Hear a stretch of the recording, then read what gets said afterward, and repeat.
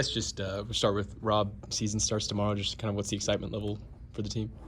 It's always exciting to step on the floor with my team.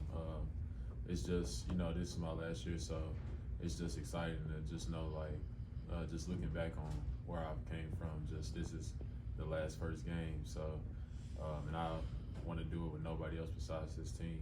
So, I'm just excited overall. Kirk, same question for you. Yeah, no, I'm super pumped. We've been going at it since the summer. A lot of practices, a lot of long days in the gym. So now we get to, go into the game and see it play out. And I'm really excited about this team. We have a lot of dynamic players that I'm excited to see on the court. So, yeah, I can't wait. For both you guys, this is such a new team. I think there's a dozen new guys. Does it feel, I don't know, like you guys are a part of the same team that you were a part of last year? Or does this feel almost like an entirely new thing with there being so many new guys? With new guys, it always feels like a new team with the transfer portal and things like that. But I feel like the brotherhood is the same. Last year we came in, new team.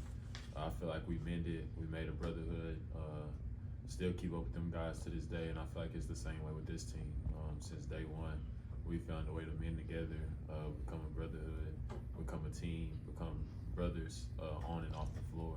So I feel like it's just a different dynamic, just different people. Yeah. Anything to add? Yeah, it definitely feels like a different team, and we have different players, a lot of different play styles. But I think Lutz has done a really good job of setting the culture and the tone of, what Cowboy basketball really is, and he's brought that over from this past year to this year. So I see that. But different players, I think we're going to play a little bit different than we have.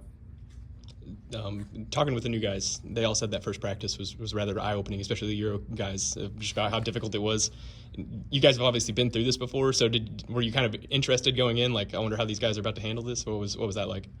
I was definitely interested because that shows you a lot early. It shows you what people are made of, especially with a coach-less practice. It's not the easiest thing to do in the world. I had already gave them some warnings, so I kind of put them on game before we actually had to step in there and actually go through the practice. But just to see how they responded, to see how they pulled through, and we pulled together and we got through it, and day by day we got better. So yeah, I feel like we did a good job. Obviously, I didn't play basketball, okay? But in my day, you were coached hard. There were a lot of times I thought my initials were MF, okay, instead of RA. But I'm going to say this, and a lot of coaches won't coach that way anymore. But how do you adapt, and how do you start understanding with a coach like Coach Lutz that, okay, it's tough. He's not always got the kindest things to say, but he's saying it to help me. At what point do you cross that threshold and say, okay, it is what it is, but I know he's trying to get me better? I feel like I've been blessed to be coached by a lot of coaches. So I've had coaches that changed my initials, and then I've had ones that aren't so bad at it. So I've kind of learned how to adjust to the coaching style. Even coming out of high school, I experienced a lot of different coaches. I experienced the old school and the new school way. And it's just a matter of taking in what he's trying to tell you versus the tone of what he's telling you it in. Retaining information and not the tone of the message. Do you find yourself being closer after you've been coached by him and you go back and now it's a different relationship? Find yourself closer with some of the ones that coached you old school? Or not? Be honest. That's cool. I definitely. I think it's the same. Okay. I think both of them. I think it's just a way of coaching. I think people do things different. People were taught different ways, and I feel like it's not just one way to skin a fish. So it's just different way, different strokes for different folks. So yeah, I don't think it's that one way of coaching makes me closer to you than the other way. I think it's just more about the character and the type of person that you are. That's what really brings me closer to people. How have you adapted to Coach Lutz's style? Yeah, I've actually answered this a lot. He coaches very hard, and the coaching staff coaches very hard, but one thing I genuinely appreciate is, yes, they yell a lot, yes, they'll get after you, but it's always with a purpose. They're never just yelling to yell.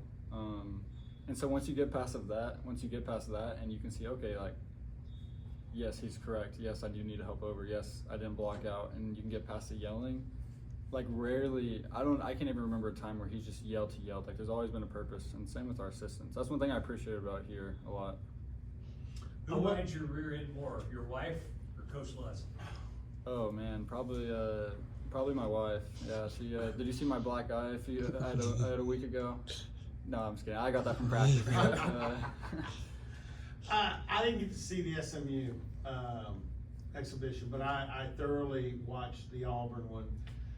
Coming out of the 2 exhibition games, what made you feel the most confident about this team that you learned in those 2 games?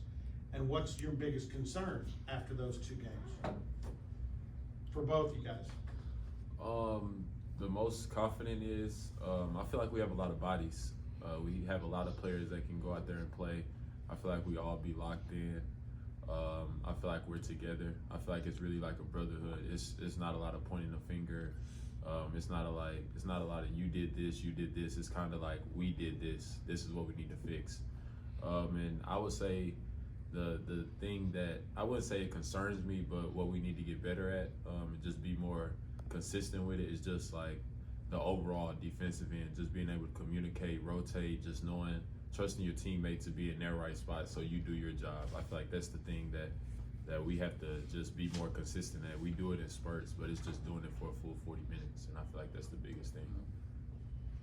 Yeah, last year we had a lot of ups and downs, and when we were up, we were really up, and then when we were down, we were really down. And I haven't really seen this with this team yet. Yeah, we went to SMU, and we let that one slip, but our team didn't really fall too much. In the locker room, I thought we were all pretty solid, and we kind of bonded together, so I appreciate that a lot. That's one thing I can see from this year to last year. And just kind of what Rob said, you know, we're still kind of new to the system, so just getting everyone established on the court and knowing exactly where everyone should be, and just that trust factor can be a little bit better. Let's do maybe one more for the guys. Kirk, how did this opportunity sort of come available for you? Were your year off? Were you here? What sort of just take me through your journey? Yeah, so I'm from Yukon, Oklahoma, and then I went to Troy University in Alabama for 2 years under Scott Cross, and then I decided to hit the portal, and I ended up deciding just to come here to be a student. My now wife went here, my older sister went here, and so I had some ties to the university. And so I was in a fraternity, I'm part of Sigma Chi, so I was just a student. I was playing intramurals. I actually played Brady Price in intramurals in the championship game, and he's on staff now. And then with the whole coaching overchange, I was able to get in touch with some of the coaches, had a lot of different meetings and interviews with them, and then an opportunity came where I was able to, you know, join the team, and it's been awesome. Did you have a crazy intramural stat line? What was that like? It was pretty good. I mean, you know, you don't play from the college three-point line, so you play from that close three-point line, so it was probably at least, you know, 5 threes a game. Alabama, I mean, you came in big late. I mean, you know, they needed everybody for that ball game. Yeah. No, it was you know, you're a little stiff on that bench, been sitting for a while, but you know, you got to step up to the occasion, and you know. It's fun to be a part. I thought the game in Alabama, the win over Auburn, man, that had to be. Y'all had to have a fun trip home from that. For sure. Yeah. For sure. That was cool. Yeah. Great trip back home. Yeah. It's always a good trip when you can get a win. Mm-hmm.